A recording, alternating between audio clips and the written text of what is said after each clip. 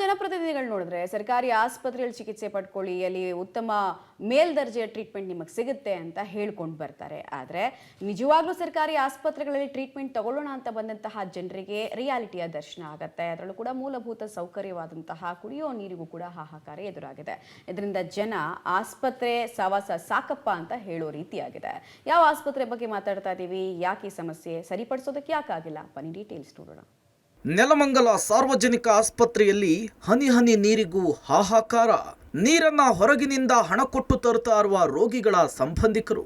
ಶೌಚಾಲಯಕ್ಕೂ ನೀರಿಲ್ಲ, ಬೀಗ ಜಡಿದ ಸಿಬ್ಬಂದಿ, ರೋಗಿಗಳ ಪರದಾಟ.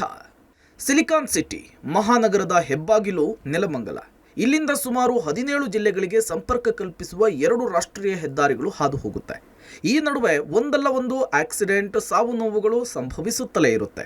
ನೆಲಮಂಗಲ ತಾಲೂಕಿನ ಸಾರ್ವಜನಿಕ ಆಸ್ಪತ್ರೆಗೆ ನೂರಾರು ಹಳ್ಳಿಗಳಿಂದ ನಾನಾ ಆರೋಗ್ಯ ಸಮಸ್ಯೆಯನ್ನು ಹೊತ್ತು ಜನ ದಾಖಲಾಗ್ತಾರೆ.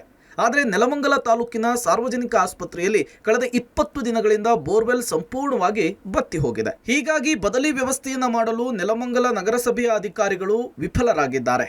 ಆಸ್ಪತ್ರೆಯಲ್ಲಿ ನೀರಿಗಾಗಿ ಹಾಹಾಕಾರ ಶುರುವಾಗಿದೆ.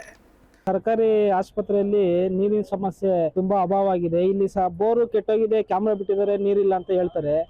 ಈ ಟ್ಯಾಂಕರ್ಗಳಲ್ಲಿ ಸುಮ್ಮನೆ ದುಡ್ಡು ವೆಚ್ಚ ಮಾಡ್ಕೊಂಡು ಇದರಿಂದ ಟ್ಯಾಂಕರ್ಗಳಿಂದ ನೀರು ಓಡಿಸ್ತಾ ಇದ್ದಾರೆ. ನಗರಸಭೆಯಿಂದ ಪೈಪ್ ಲೈನ್ ಇದ್ದು ಸಹ ನೀರಿನ ವ್ಯವಸ್ಥೆ ಕಲ್ಪಿಸ್ಕೊಡ್ತಾ ಇಲ್ಲ. ಸರ್ಕಾರಿ ಆಸ್ಪತ್ರೆ ಶೌಚಾಲಯದ ನೀರಿಲ್ಲ, ಕುಡಿಯೋಕ್ಕೂ ನೀರಿಲ್ಲ. ಆ ಸಮಸ್ಯೆ ಆಗಿದೆ ಸರ್. ಕುಡಿಯೋಕೆ ನೀರು ಆಚೆಯಿಂದ ತರಬೇಕು, ಶೌಚಾಲಯಕ್ಕೆ ಹೋಗ್ಬೇಕಂದ್ರೆ ಎಲ್ಲ ಕಾಸು ಕೊಟ್ಬಿಟ್ಟು ಶೌಚಾಲಯಕ್ಕೆ ಹೋಗ್ಬೇಕಾಗಿದೆ ಸರ್. ರೋಗಿಗಳು ಅಷ್ಟೇ ಸಹ ಹೊರಗಡೆ ಹೋಗ್ತಾ, ಶೌಚಾಲಯಕ್ಕೆ ಹೋಗ್ಬೇಕಂದ್ರೆ ಹೊರಗಡೆ ಹೋಗ್ತಾ ಇದ್ದಾರೆ. ಇದುವರೆಗೂ ಯಾವುದೇ ಬೋರ್ವೆಲ್ ಹಾಕ್ಸು ಮಾಡ್ತಾ ಇಲ್ಲ. ಟ್ಯಾಂಕರ್ಗಳಿಂದ ಓಡಿಸ್ತಾರೆ, ಯಾವ್ದು ಉಪಯೋಗನೇ ಆಗ್ತಿಲ್ಲ. ಟ್ಯಾಂಕರ್ಗಳಿಂದ ಓಡಿಸ್ತಾ ಇರೋದು. ಆಸ್ಪತ್ರೆಯಲ್ಲಿ ನೀರಿನ ಅಭಾವವನ್ನು ತಪ್ಪಿಸಲಿಕ್ಕೆ ಪ್ರತಿನಿತ್ಯ ಟ್ಯಾಂಕರ್ ಮೂಲಕ 10 ರಿಂದ 15 ವಾಹನಕ್ಕೆ 4-5 ಸಾವಿರ ಹಣವನ್ನು ಖರ್ಚು ಮಾಡುವಂತಹ ಪರಿಸ್ಥಿತಿ ಸೃಷ್ಟಿಯಾಗಿದೆ. ನೀರಿನ ಸಮಸ್ಯೆ ಇರೋದ್ರಿಂದ ಆಸ್ಪತ್ರೆಯಲ್ಲಿ ಸಾರ್ವಜನಿಕರು ಉಪಯೋಗಿಸುವ ಶೌಚಾಲಯಗಳಿಗೂ ಕೂಡ ಬೀಗ ಹಾಕಲಾಗಿದೆ. ಇತ್ತ ಆಸ್ಪತ್ರೆಯಲ್ಲಿ ದಾಖಲಾದ ರೋಗಿಗಳು ಹೊರಗಡೆಯಿಂದ ಹಣ ಕೊಟ್ಟು ನೀರು ತಂದು ಕುಡಿಯುವಂತಹ ದುಸ್ಥಿತಿ ನಿರ್ಮಾಣವಾಗಿದೆ. ಸಮರ್ಪಕವಾಗಿ ನೀರಿನ ವ್ಯವಸ್ಥೆ ಇಲ್ಲದೆ ಸಾರ್ವಜನಿಕ ಆಸ್ಪತ್ರೆ ಗಬ್ಬು ನಾರ್ತಾ ಇದೆ.